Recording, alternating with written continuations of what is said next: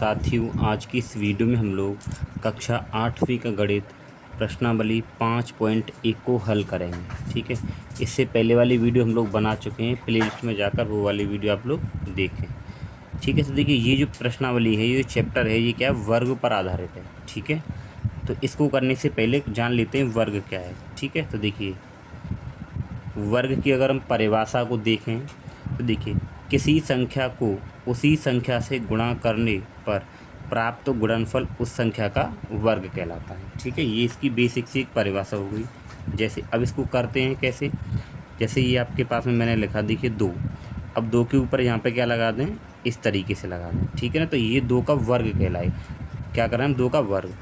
अब इसके ऊपर 2 है ना, तो इसका मतलब इस नीचे वाले बीच में ये संख्या है, इसका 2 बार गुणा, 2 गुणा 2 कितना हो जाएगा, 4। यानी कि इस 2 का वर्ग क्या होगा, 4 होगा। अब जैसे यहाँ पर 3, ठीक है ना, तो इसको बोलेंगे 3 का वर्ग कर रहे हैं हम लोग, यानी कि 3 का स्क्वायर। तो इस तो ऊपर क्या है, 2, यानी अंदर वाली संख्या का 2 बार गुणा, 3 गुणा 3, तो 3 3 9। तो 3 का जो वर्ग करेंगे कितना हो जाएगा, 9 हो जाएगा। अब जैसे मान लीजिए 4 है, तो जब 4 का वर्ग करेंगे तो इसका 2 बार गुणा, 4 गुणा 4, तो 4 चौक 16। ठीक है ना, तो देखिए मैंने यहाँ पे 1 से लेकर 10 तक की संख्याओं के वर्ग लिखे हुए हैं, तो आपको कम से कम लगभग 25 तक वर्ग याद होनी चाहिए। ठीक है, देखिए जैसे 1 का वर्ग, तो 1 का वर्ग करेंगे तो 1 का स्क्वायर, और 1 गुणा 1 बराबर 1। फिर 2 का वर्ग करेंगे तो 2 का स्क्वायर, 2 गुणा 2 बराबर 4। अगर किसी बच्चे को ये नहीं देखना तो वीडियो स्किप कर सकता है, आपको प्रश्नावली के क्वेश्चन मिल जाएंगे। 3 का वर्ग करेंगे तो 3 का स्क्वायर करेंगे, 3 गुणा 3 बराबर 9 आएगा। 4 का वर्ग, 4 का स्क्वायर, 4 गुणा 4, देखिए यहाँ पे क्या है, 16 है। ठीक है, ये क्या है, 16। तो इस तरीके से मैंने यहाँ पे 10 तक की संख्याओं के वर्ग लिख रखे हैं, तो आपको कम से कम 25 तक के वर्ग आनी चाहिए। ठीक है, अब देखिए आपकी प्रश्नावली में क्वेश्चन क्या पूछा है। तो देखिए इसमें कहा गया है क्वेश्चन नंबर 1 कि निम्नलिखित संख्याओं के वर्गों के इकाई के अंक क्या होंगे। अगर मैं 81 का वर्ग करूं, ठीक है ना, तो इसका जो वर्ग होगा, 81 का अगर हम वर्ग करें, जैसे ये 81 है, अगर मैं 81 का क्या करूँगा, वर्ग, तो 81 का वर्ग करूँगा तो 81 गुणा 81 करूँगा। ठीक है, अब इसका गुणा करेंगे, 1 का गुणा 1 से करें 1, फिर 1 8 से 8 गुणा, फिर 8 एकन 8 और 8 अट्ठे 64। ठीक है, 1 आ गया और 8 8 16, और ये हो जाएंगे 5, ये यानी कितना आया, 65 61 आया है। इस क्वेश्चन में ये पूछा है कि संख्याओं के वर्गों की इकाई के अंक क्या होंगे। यानी कि जब इस संख्या का वर्ग कर रहे हैं तो हमें संख्या मिली है, तो इसका वर्ग क्या निकल के आई है, तो इसका इकाई का अंक क्या होगा। इसमें इकाई का अंक 1 है, तो हमें इस तरीके से नहीं करना है। चलिए मैं बताता हूँ आपको कैसे करना है। ठीक है, आपको अपने पेपर में या नोटबुक में किस तरीके से करना है। देखिए पहले का पहला जो क्वेश्चन है, क्या दे रखा है, 81। ठीक है, अब हमें क्या करना है, देखिए 81 में इकाई के स्थान पर, तो पीछे से इकाई धाई, तो इकाई के स्थान पर हमें देखना है, इकाई के स्थान पर क्या है, 1 है। क्या है, 1 है। ठीक है, तो मैं 1 का वर्ग करूँगा, तो 1 का वर्ग, तो 1 का वर्ग आप करेंगे इस तरीके से, तो क्या हो जाएगा, 1 गुणा 1 कितना आया, 1 आया। ठीक है ना, यानी इकाई का अंक का जब हम वर्ग कर रहे हैं तो 1 आया है, तो इस संख्या के वर्ग में भी लास्ट में क्या आएगा, 1 आएगा। तो यहाँ पे लिखेंगे अतः 81 के वर्ग में इकाई का अंक 1 होगा। ठीक है, सभी क्वेश्चन आपको इस तरीके से ही करने हैं। ठीक है, अभी आप दूसरा क्वेश्चन देखिए, तो दूसरा के क्वेश्चन क्या है, 272। 272। ठीक है, तो इसमें भी हम लोग यही लिखेंगे, क्या देखिए कि इसमें इकाई का अंक क्या है, 2, तो हम 2 का वर्ग कर लेंगे, तो 2 का वर्ग में जो इकाई का अंक आएगा वही इसके वर्ग में आएगा। ठीक है, तो यहाँ पे लिखिए 272 की इकाई, 272 की इकाई के स्थान पर क्या है, 2 है। ठीक है, तो हम लोग क्या करेंगे, 2 का वर्ग, तो यहाँ पे 2 का वर्ग। अब 2 का वर्ग करेंगे इस तरीके से, तो 2 का वर्ग मतलब 2 गुणा 2 कितना आया, 4 आया। तो 2 का वर्ग 4 आया है, तो इसमें इसका जब हम वर्ग करेंगे तो इसके इकाई के स्थान पर क्या आएगा, 4 आएगा। ठीक है, ये यहाँ पे लिखेंगे हम। अतः 272 की वर्ग में इकाई अंक कितना होगा, 4 होगा, 4 होगा।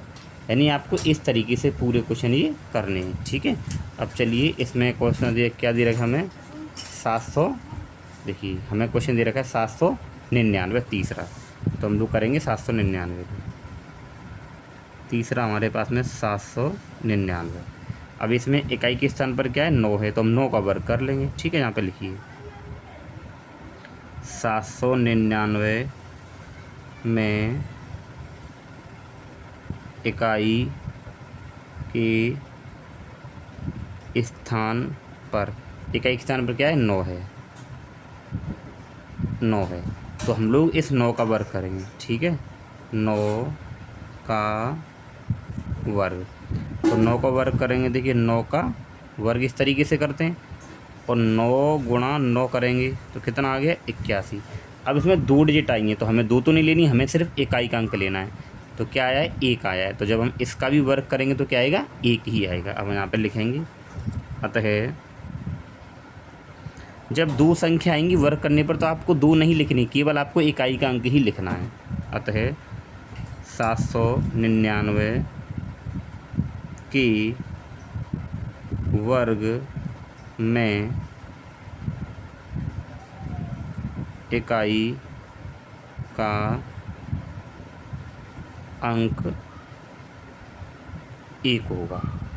ठीक है, अब क्वेश्चन नंबर कौन सा है आपके पास में, 3853। ठीक है, चौथा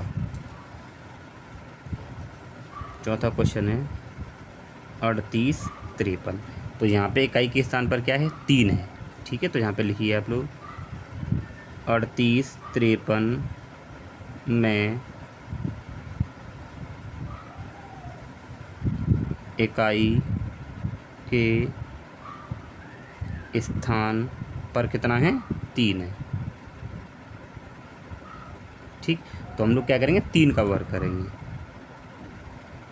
3 का वर्ग बराबर 3 का स्क्वायर। अब इसका वर्ग करेंगे, 3 गुणा 3 कितना आ गया, 9। तो 3 का वर्ग करने पर 9 आया है, तो जब हम इस पूरे का वर्ग करेंगे तो उसमें भी इकाई के स्थान पर क्या आएगा, 9 आएगा। ठीक है, लिख दीजिए, अतः 3853 की वर्ग में इकाई के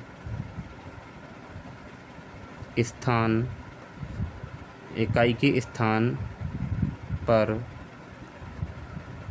अंक कितना होगा, 9 होगा। ठीक है, ठीक। अब यहाँ पे देखिए 1234, तो इसमें इकाई का अंक क्या है, 4 है। ठीक है, तो 4 का वर्ग हम चेक करेंगे, यहाँ पे लिखेंगे हम 1234 में इकाई स्थान पर कितना है, 4 है। ठीक है, तो हम लोग 4 का वर्ग करेंगे, 4 का वर्ग, तो 4 का वर्ग कितना होगा, ऐसे करके 4 का वर्ग, ठीक है, ऐसे कर लेंगे। तो 4 का वर्ग करेंगे तो 4 गुणा कितना होगा, 4, कितना आ गया, 16। अब इसमें 2 अंक आए हैं तो हमें 2 नहीं लेने, हमें पीछे का इकाई का अंक कितना आया, 6 आया है। जब इसमें इकाई का अंक 6 आया है तो इस पूरे का वर्ग जब हम करेंगे तो उसमें भी इकाई का अंक क्या होगा, 6 होगा। ठीक है, अब यहाँ पे लिखेंगे, अतः 1234 के वर्ग में इकाई अंक कितना होगा, 6 होगा। बस, ठीक है। अब इसका छठवां क्वेश्चन देखिए। इसका छठवां क्वेश्चन क्या है, इसमें देखिए इकाई के स्थान पर यानी पीछे क्या है, 7 है, ठीक है। तो इसमें जब 7 है तो हम लोग क्या करेंगे, इसके 7 का वर्ग, ठीक। तो देखिए इसमें लिखिए 26 3 8 7 में इकाई स्थान पर कितना है, 7 है, ठीक है। तो 7 का वर्ग क्या होगा, 7 का वर्ग बराबर 7 गुणा 7 कितना हो जाएगा, 49। 49 में इकाई के स्थान पे क्या आया, 9 आया है। तो जब इस पूरी संख्या का वर्ग करेंगे तो उसमें भी इकाई के स्थान पे क्या आएगा, 9 आएगा। तो यहाँ पे लिखेंगे अतः 26 3 8 7 की वर्ग में इकाई अंक 9 होगा, ठीक है। अब ये देखिए इसका 7वां, यहाँ पे इकाई के स्थान पर क्या है, 8 है। 52 6 9 8 में इकाई के स्थान पर क्या है, 8 है, ठीक। तो हम 8 का वर्ग करेंगे तो 8 का वर्ग, तो 8 का वर्ग मतलब 8 का स्क्वायर, तो ये हो जाएगा 8 गुणा 8 कितना आ गया, 64। तो जब 8 का वर्ग करें तो इकाई का अंक कितना आया है, 4 आया है। तो जब इस पूरे नंबर का वर्ग करेंगे तो उसमें भी इकाई का अंक क्या आएगा, 4 आएगा। तो यहाँ पे लिखेंगे अतः 52 6 9 8 की वर्ग में इकाई अंक 4 होगा, ठीक है। अब ये देखिए, अब देखिए इसमें इकाई अंक क्या है, 0 है। तो आप ध्यान रखेंगे जब 0 को वर्ग करते हैं तो क्या आता है, 0 आता है, ठीक। तो यहाँ पे लिखिए 99880 में इकाई के स्थान पर क्या है, 0 है, ठीक है। तो 0 का वर्ग, तो भाई 0 का वर्ग इस तरीके से करेंगे तो 0 गुणा आपस में 0 करेंगे तो क्या आएगा, 0 आएगा।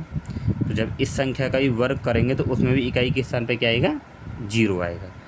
तो अतः 9 9 8 8 0 की वर्ग में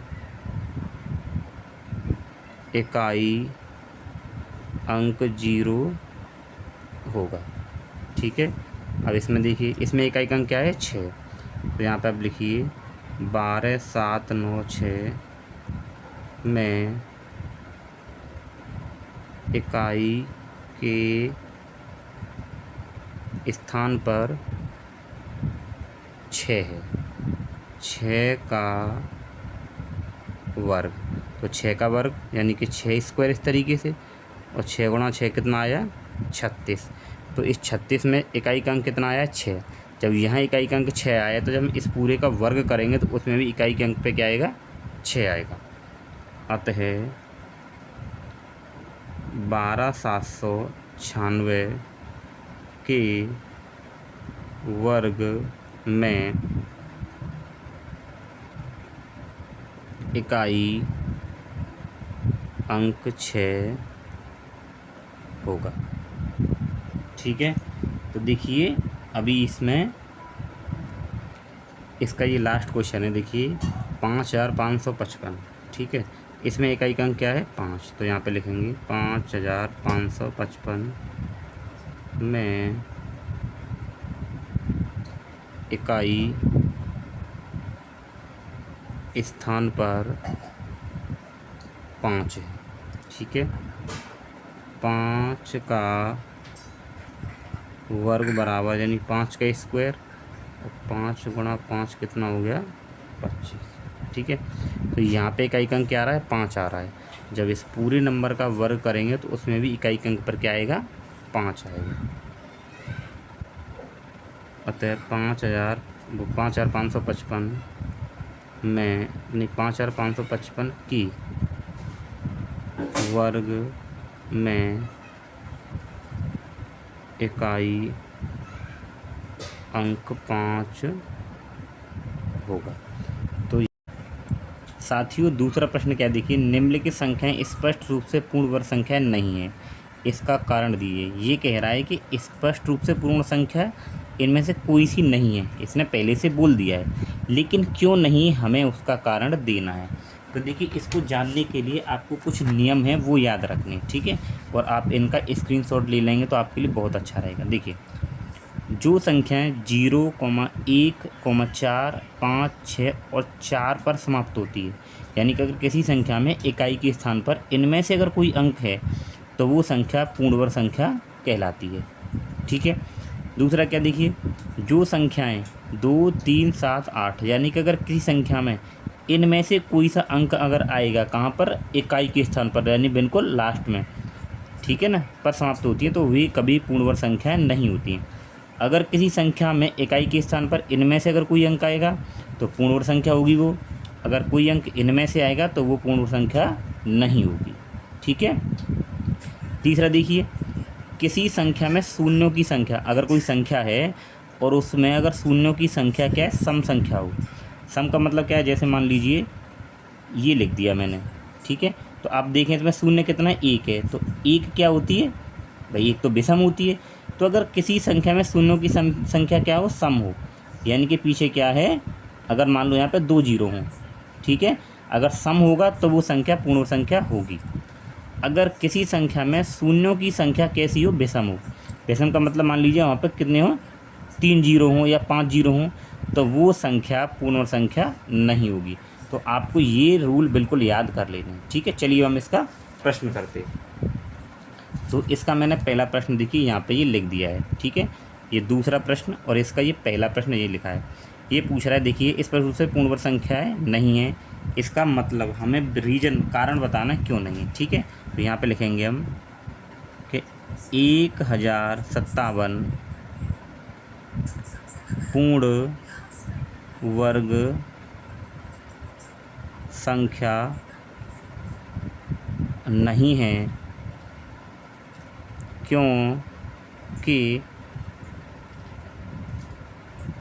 क्योंकि संख्या में इकाई का अंक कितना है, 7, ठीक है। अगर इकाई के स्थान पर, इसमें देखें, अगर इकाई के स्थान पर, ठीक है, अगर इनमें से कोई संख्या होती तो ये संख्या पूर्ण वर्ग संख्या होती। अब इसमें देखिए इकाई के स्थान पर 2, 3, 7, 8 इनमें से ही कई संख्या है ना, तो क्या देखिए 7 है पीछे इकाई के स्थान पर, तो इनमें से जब कोई अंक होगा पीछे तो वो संख्या पूर्ण संख्या नहीं होगी। हमें यही रीजन यहाँ पे लिखना है, ठीक है। ये पहला हो गया। दूसरा देखिए, अब इसमें देखिए इकाई के स्थान पर क्या है, 3 है, तो इसमें 3 है, तो ये भी क्या है, पूर्ण संख्या नहीं होगी। तो लिखिए इसमें 2, 3, 4, 5, 3, ठीक है, पूर्ण वर्ग संख्या नहीं है क्योंकि इकाई की स्थान पर 3 है, ठीक है। अब इसमें देखिए क्या है, 8 है, तो ये भी नहीं होगी। तो आपको वो रूल याद होनी चाहिए। तो यहाँ पे लिखेंगे 2, 3,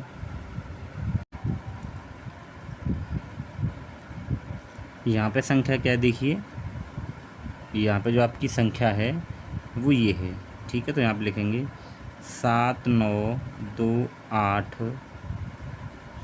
पूर्ण वर्ग संख्या नहीं है क्योंकि इसका इकाई अंक 8, ठीक है। अब यहाँ देखिए इसमें भी इकाई का अंक क्या है 2 है, तो ये भी पूर्ण वर्ग संख्या नहीं होगी, तो यहाँ भी लिखेंगे 2 2 2 कितने देखिए 6, एक पूर्ण वर्ग संख्या नहीं है क्योंकि इसका इकाई अंक 2 है, ठीक है।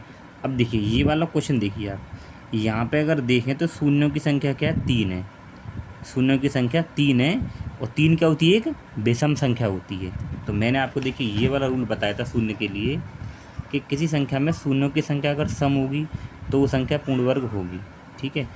और अगर किसी संख्या में शून्यों की संख्या विषम होगी तो वो पूर्ण वर्ग संख्या नहीं होगी, तो यहाँ पे हम यही लिखेंगे, ठीक है। तो यहाँ पे शून्यों की संख्या 3 है और 3 एक विषम संख्या होती है, तो इसलिए ये क्या आपकी पूर्ण वर्ग संख्या नहीं होगी, तो यहाँ पे लिखेंगे हम लोग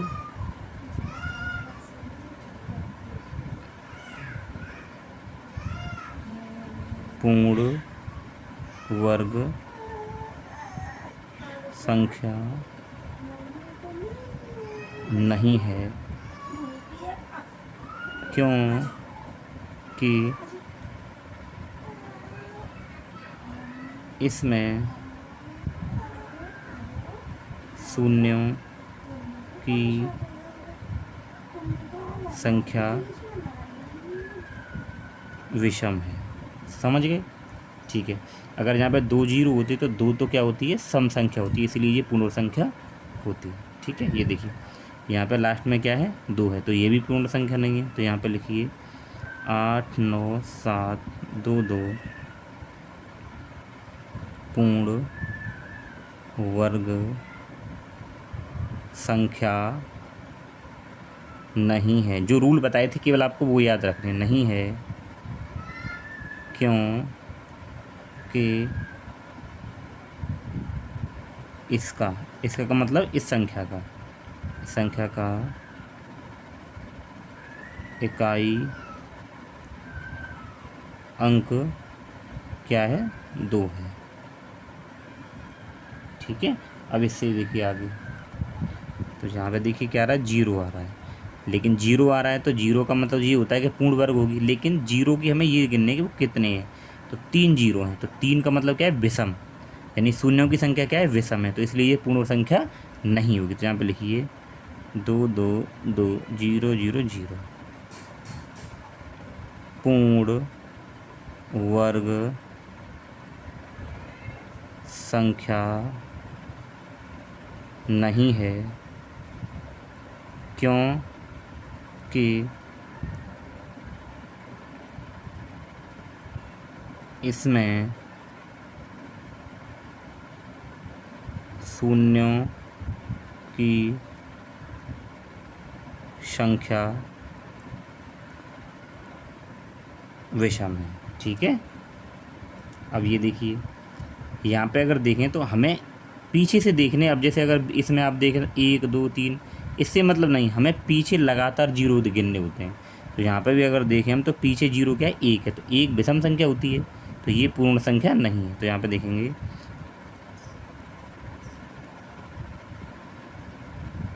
पूर्ण वर्ग संख्या नहीं है क्योंकि इसमें शून्यों की संख्या विषम है, ठीक है। तो ये हो गया दूसरा प्रश्न। अब चलिए देखते हैं तीसरा प्रश्न। साथियों अब इसका तीसरा प्रश्न देखिए क्या है, निम्नलिखित संख्याओं में से किस संख्या का वर्ग विषम संख्या होगा, ठीक है ना। तो आपको संख्या दी गई 431, 2826 और ये 7779 और ये तुम्हारा 82,004, ठीक है। अब ये पूछ रहा है इनमें से कौन कौन सी वो संख्या हैं जिनका वर्ग क्या होगा विषम होगा, ठीक है। तो देखिए उसके लिए मैं आपको एक चीज़ बताऊँ कि देखिए सम और विषम क्या होते हैं, पहले आप ये समझिए कि ये हम अलग पेज पर देख लेते हैं। सम संख्या, तो सम संख्या क्या होते हैं, जिनके इकाई के स्थान पर 0, 2, 4, 6 और 8। अगर किसी संख्या में इकाई के स्थान पर अगर इनमें से कोई अंक आए यानी कि सबसे पीछे, तो वो संख्या सम होती है। और अगर हम विषम संख्या की बात करें तो किसी संख्या के इकाई के स्थान पर 1, 3, 5, 7 और 9, ठीक है ना। अगर सम संख्या होगी तो इकाई के स्थान पर इनमें से अंक होना चाहिए कोई भी एक, और अगर विषम संख्या होगी तो इकाई के स्थान पर इनमें से कोई एक अंक हो तो वो विषम मानी जाएगी, और यहाँ पर ये सम मानी जाएगी, ठीक है। तो ऐसे ही हमें ये देखना है। तो देखिए यहाँ पे ये क्या है 431, तो यहाँ पे इकाई के स्थान पर अंक क्या है 1, तो 1 कैसी होती है, विषम संख्या होती है। तो इसीलिए हम इसका जब वर्ग करेंगे तो क्या आएगा, विषम संख्या आएगा। यहाँ पे देखिए क्या है 6 है, तो इकाई का अंक 6 है, तो इनमें से आ रहा है, सम में से आ रहा है ना। तो इकाई का अंक अगर 6 है तो इसका अगर वर्ग करेंगे तो क्या आएगा, विषम सम होगा, ठीक है। यहाँ पे देखिए यहाँ 9 है, तो 9 एक विषम संख्या होती है, जब इसका वर्ग करेंगे तो क्या आएगा, वो एक विषम संख्या होगा। यहाँ पे इकाई का अंक क्या है 4, तो 4 एक सम है, तो जब इस पूरी संख्या का वर्ग करेंगे तो वो क्या होगा, एक सम संख्या होगा। तो इनमें केवल ये पूछा है कि किसका विषम हो गया। अब हमें इस नियम के अनुसार बताना है, ठीक है। तो देखिए हम यहाँ पे लिखेंगे, जैसे मान लीजिए पहला क्वेश्चन है 431, 431। तो हम ये भी कह सकते हैं कि विषम संख्या का वर्ग विषम संख्या होता है, सम संख्या का वर्ग सम संख्या होता है, ठीक है। तो देखिए अब 431 में इकाई का अंक क्या है, 1 है, तो यहाँ पे लिखिए 431 में इकाई का अंक 1 है, और जब 1 का वर्ग अगर मैं करूँगा तो 1 का वर्ग क्या आएगा, 1 आएगा। और 1 कैसी होती है, विषम संख्या होती है, तो इस संख्या का वर्ग विषम होगा। तो यहाँ पे लिखेंगे हम लोग, अतः 431 का वर्ग विषम संख्या होगा, ठीक है। दूसरा देखिए इसका 2, 8 और 2, 6। अब इसमें इकाई के स्थान पर क्या है, 6 है, तो 6 एक सम संख्या होती है, तो इसका वर्ग भी क्या होगा, सम संख्या होगा। तो यहाँ पे देखेंगे 28, 26 में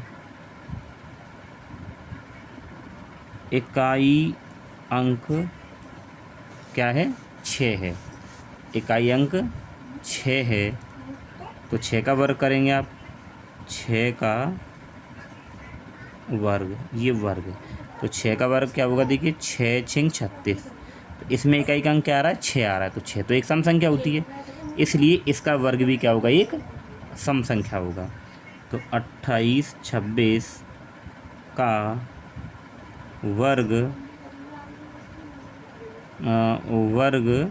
सम संख्या होगा, क्या होगा, सम संख्या होगा, ठीक है।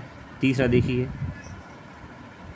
7, 7 और 7, 9, इसमें इकाई का अंक क्या है, 9, तो 9 एक विषम संख्या होती है, तो जब इसका पूरे का वर्ग करेंगे तो वो भी क्या आएगा, एक विषम आएगा। तो यहाँ पे लिखेंगे 9 में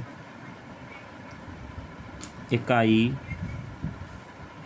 अंक क्या है, 9 है, तो आप 9 का वर्ग करेंगे तो 9 का वर्ग, तो 9 का वर्ग करेंगे तो 9 क्या होता है, 81।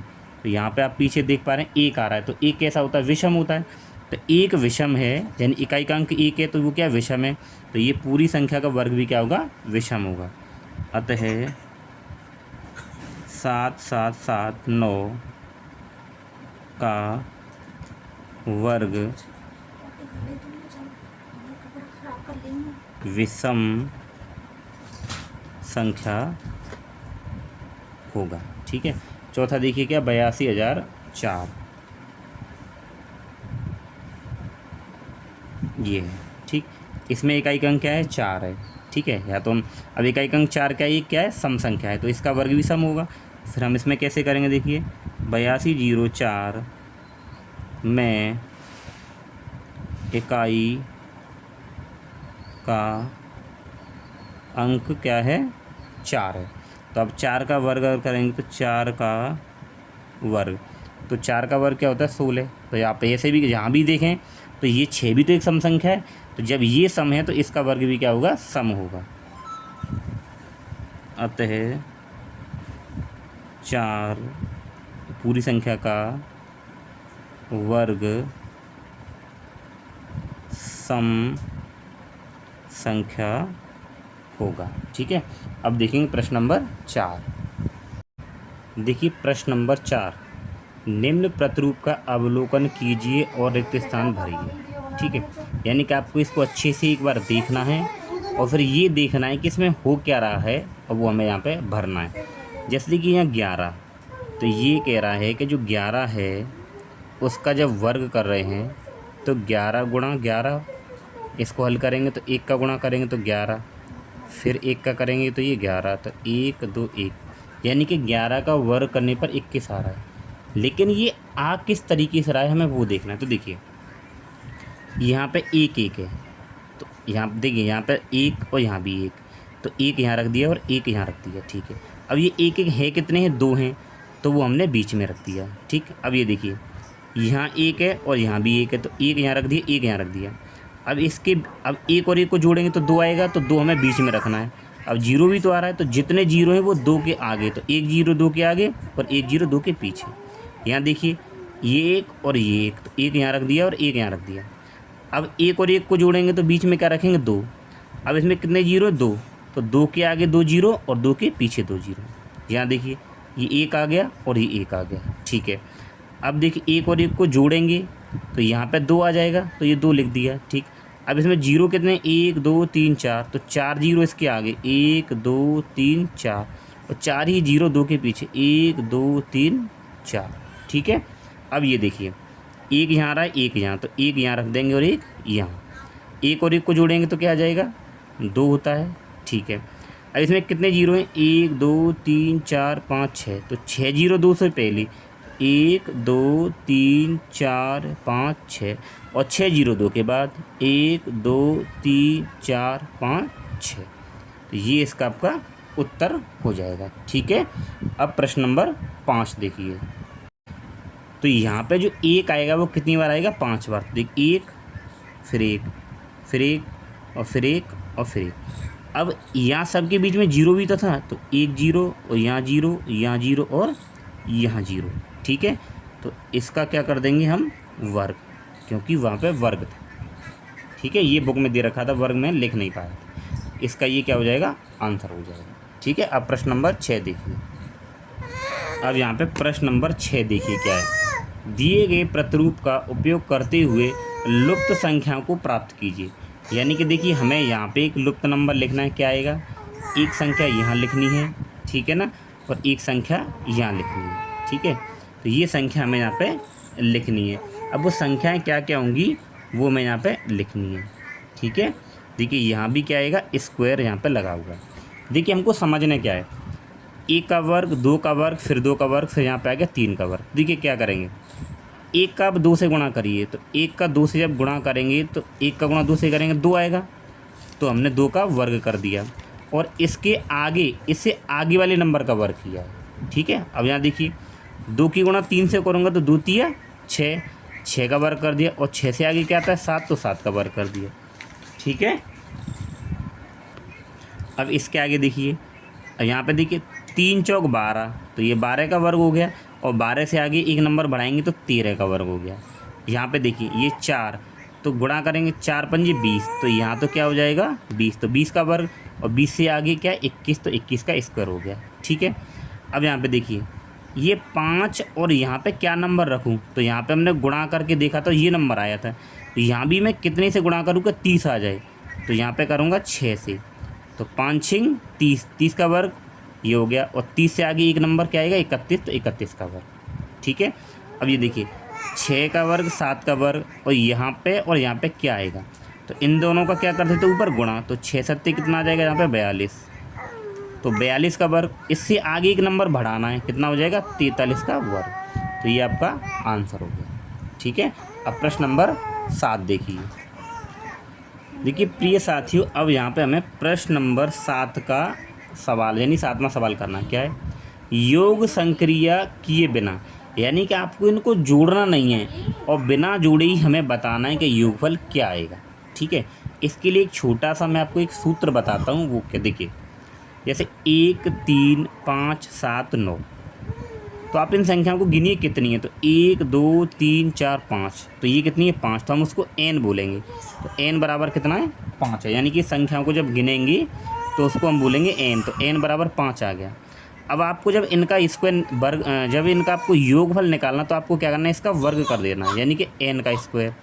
तो n बराबर क्या है? 5, तो आप 5 का स्क्वायर कर दीजिए।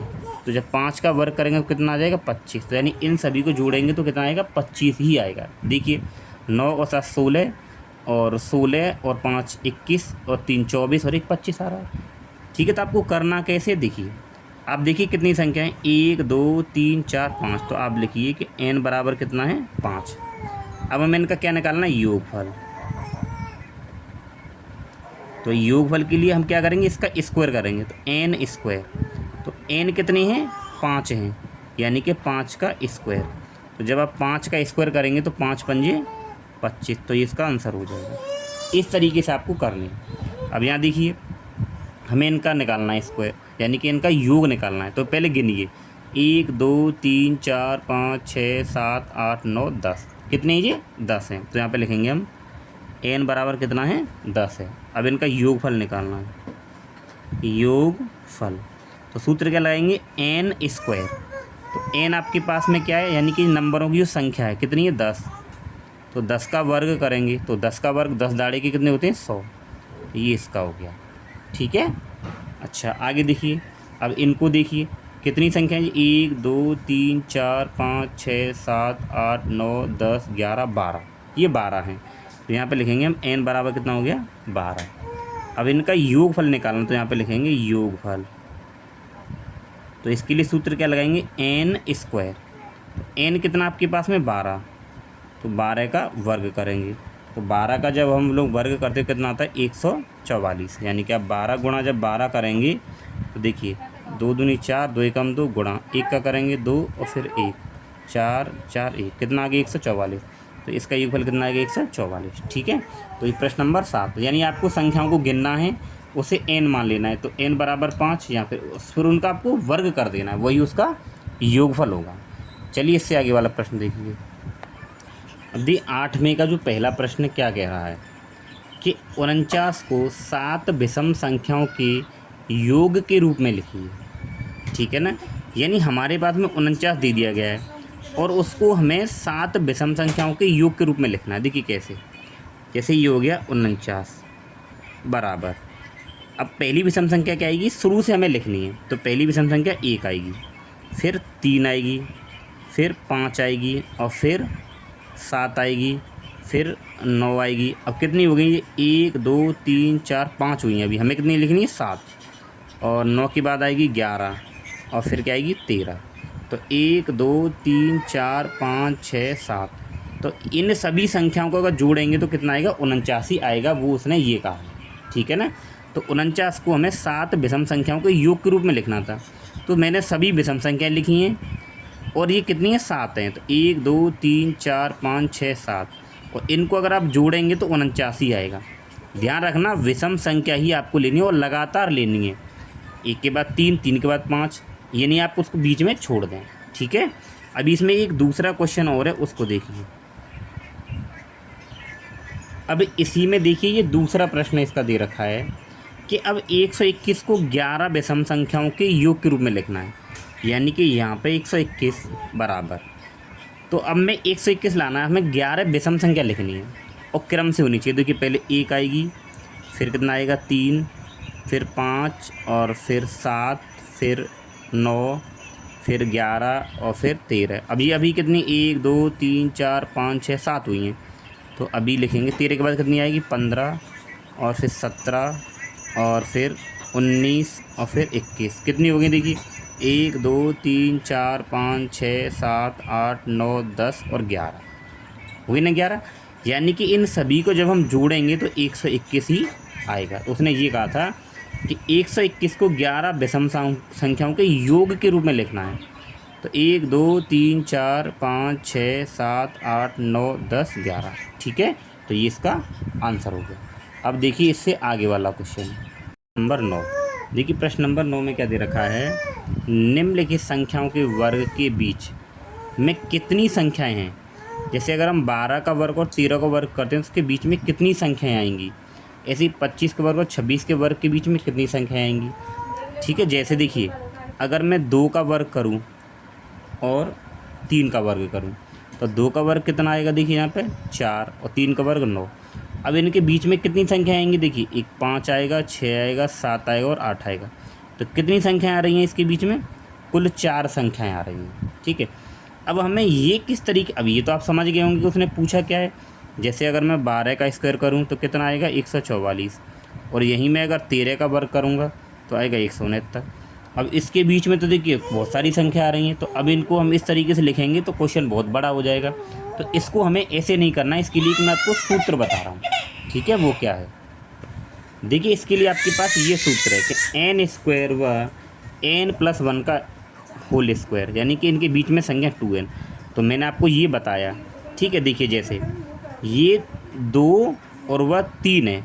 अब मैं जब इसका वर्ग कर रहा हूँ तो 2 का वर्ग और मैं 3 ये लिख रहा हूँ, तो ये 3 का वर्ग। तो ये 3 कैसे लिख सकते हैं, मैं इस 3 को मैं ऐसे भी तो लिख सकता हूँ 2 + 1, है ना भाई। 2 + 1 लिखेंगे जब भी तो 3 होगा। तो इस 2 का मतलब क्या है, ये 2 हमारा क्या हो गया, n हो गया। ये 2 क्या बन गया, n, तो ये n स्क्वायर। अब यहाँ भी ये 2 क्या है, n है, और +1 का स्क्वायर। तो इनके बीच में जब संख्या निकाली जाती है तो उसके लिए सूत्र क्या होता है, डायरेक्ट 2n, यानी कि जो पहले वाला जो नंबर होगा उसको हम क्या मान लेंगे, n मान लेंगे, ठीक है। तो हम करेंगे, चलिए इसको, तो पहला प्रश्न करेंगे हम कि 12 व 13 के वर्ग के बीच संख्याएं। तो सूत्र क्या लिखना है हमें, 2n। अब n क्या होगा, जो आगे वाला नंबर है उसको आपको n मानना है। तो क्या है ये 12, तो यहाँ पर 2 × 12 कितना हो जाएगा, 24, यानी कि 12 और 13 के वर्ग के बीच संख्या कितनी आएंगी, 24 आएंगी, ठीक है। इसका दूसरा देखिए, दूसरा क्या है, 25 और 26 की 25 और 26 के वर्ग के बीच संख्याएं। तो इसके लिए सूत्र मैंने क्या बताया आपको, 2n लगाना है। क्या लगाना है, 2n। तो 2 × n, n मतलब आगे वाला नंबर। तो आगे वाला नंबर कितना है, 25। तो क्या हो जाएगा, 25 दूनी 50, यानी कि इन दोनों के वर्गों के बीच में 50 संख्याएं होंगी। कितनी होंगी, 50। तीसरा देखिए कि 99 और 100 के वर्ग के बीच संख्याएं। तो सूत्र क्या लगाएंगे, 2n। तो 2 × n मतलब जो पहले वाला नंबर है वो n कहलाएगा यहाँ पे। तो ये 99। तो 2 नाम 18 और 2 नाम 18 एक हासिल आई थी 19, ठीक है। ये इसका आंसर। तो दोस्तों ये आपकी जो प्रश्नावली है वो कंप्लीट हो गई है, ठीक है ना। चलिए मिलते हैं नेक्स्ट वीडियो में।